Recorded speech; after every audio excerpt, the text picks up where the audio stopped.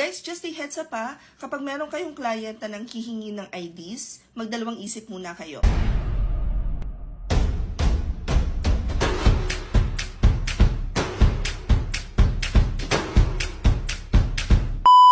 I wanna just answer this question. Kapag independent freelancer ka, ano mga IDs or paperwork na pwede mong i-present sa client mo para pagkatiwalaan ka? Yung trust ng clients natin does not come from identifications. It doesn't even come from certificates. Kasi never pa ako nagkaroon ng client na nanghingi sa akin ng certificate to prove na kaya kong gawin kung ano yung kailangan nilang gawin sa company nila. Instead, what I show them is proof of work. Ano na ba yung mga nagawa ko sa clients? During discovery calls, nagtatanong ako ng mga tamang questions, depende sa pangangailangan nila, para makita ko rin, hindi lang sa eto ba yung client na gusto kong makipag-work with. Kung hindi, para rin malaman ko ano ba talaga yung pwede kong itulong. Because a lot of times we take rejections as if it's a sign na wala tayong silbi sa mundo, na hindi tayo magaling. No.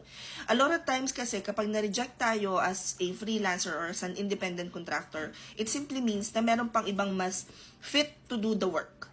So, hindi yun for lack of parang kakayanan mo. You just have to be able to, during discovery calls or interviews, be able to present yourself as someone that they actually need for the company. This is where lagi ko sinasabi na mag-practice ka kung paano mo ipepresent yung service mo para makita nila na confident ka. Kasi a lot of times, pagpasok pa lang natin sa interview, kita na kagad nung mag-interview sa atin na ninenervous tayo, rattled tayo, and hindi yun yung gusto nilang makita. Ang gusto nilang makita is someone who is confident with their skills. Gusto nilang malaman, is this person able to help me with what I need? Because unlike yung mga physical work, corporate, ganyan. Pag pumunta ka doon, nakita nila na, graduate to ng administrative course.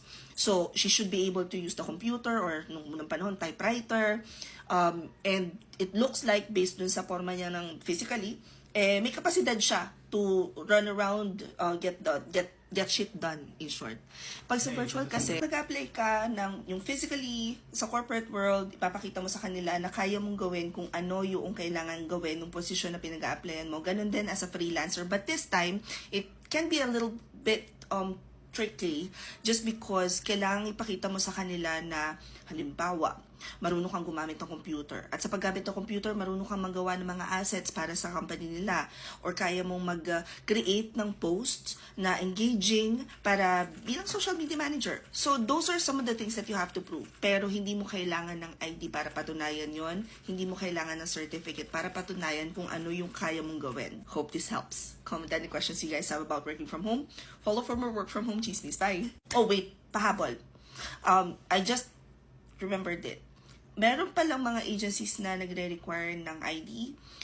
And if needed talaga, if kailangan yung isend yung ID, i-delete nyo na lang yung mga importanteng information. So, edit nyo na lang either sa Canva or sa phone niyo or alam nyo kung anong naalala ko. Pwede ka mag-edit ng ID sa Ping.